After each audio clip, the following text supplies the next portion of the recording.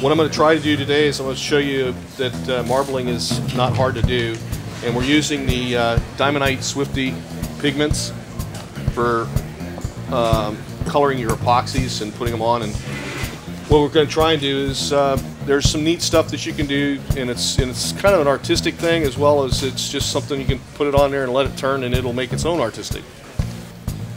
So with that, what I'm going to do is go ahead and get started here.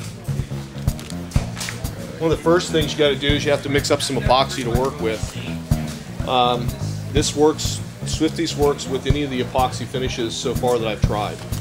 So you don't have to go with any particular brand. Of course, with any epoxy, the more volume you mix up, the better your mix will be. They suggest at least, I think it's 6 cc's and 6 cc's.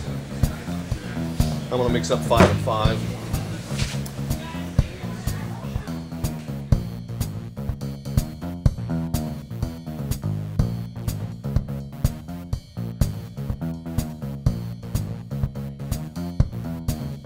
So anyway, once you get that together, now you got to stir it. I usually stir it no less than 2 minutes. And I try not to get too many bubbles into it as I'm mixing it up. Although this formula here that I'm using now, it seems the bubbles seem to come out of it a lot easier. And when you put the pigment in, it releases the surface tension on the epoxy and lets the bubbles come out pretty quick. What I'm going to do is I'm just going to put a thin coat of finish on here. It's just something for it to work in.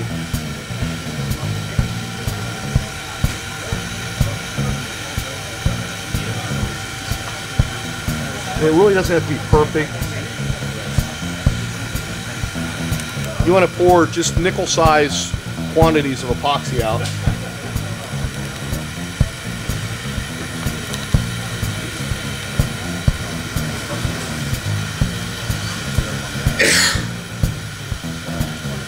Everybody has their own colors that you like, but the blue looks really nice on top of white.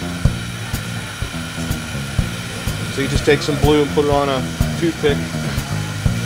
Grab some yellow.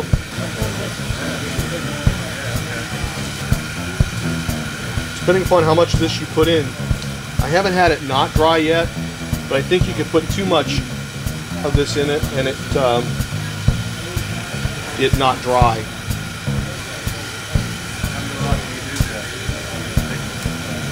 Once you get that out, you just take your toothpicks and just mix it into your epoxies and get your colors mixed in.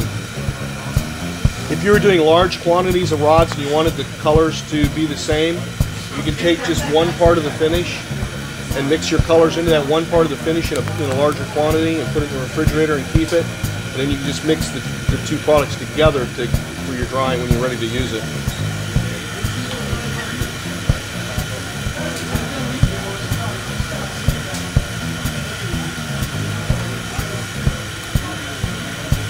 This demo is as bad as watching paint dry.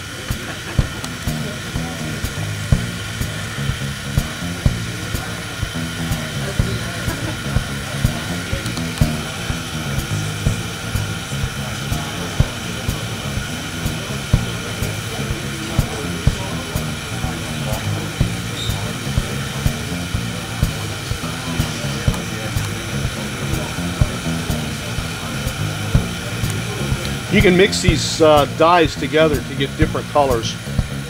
If you wanted a green, you can mix the yellow and the blue together to come up with your greens that you want. Once you get them mixed out like this, now it's just a dropping them in place. Usually use one color at a time and layer them.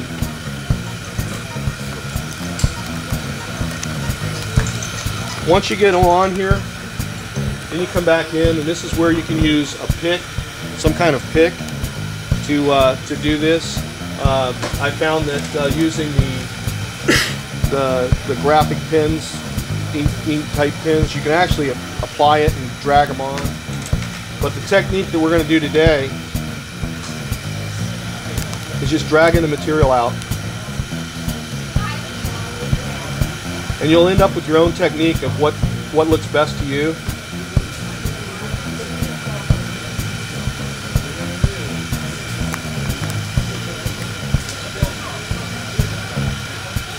I try to drag them in all different directions so they mix in. Some of the guys are actually really good at being able to do like lightning bolts and things like that with it.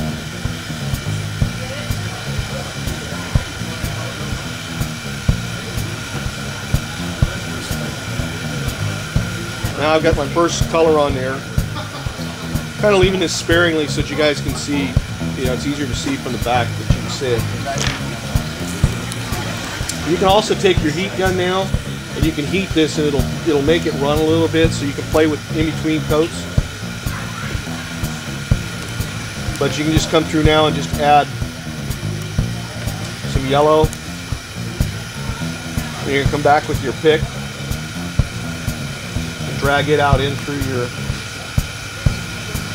paint.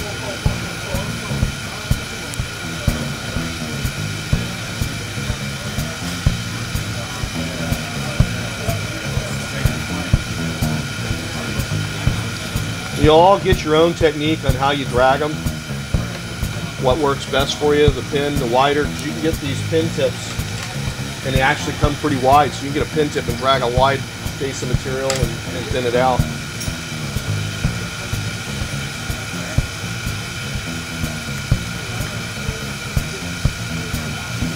Notice you're not coming close to the edges.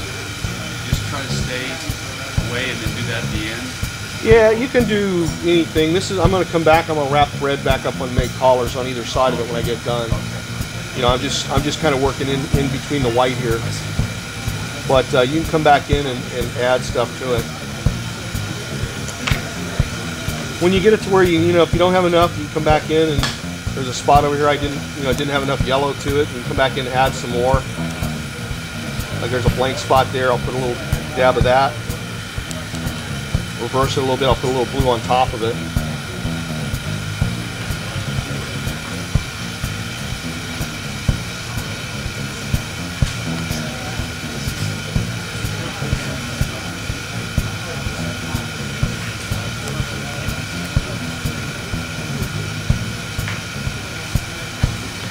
That's all there is to marbling, really. I mean, you're just going to let it dry out now, and as it dries, it'll continue to move a little bit.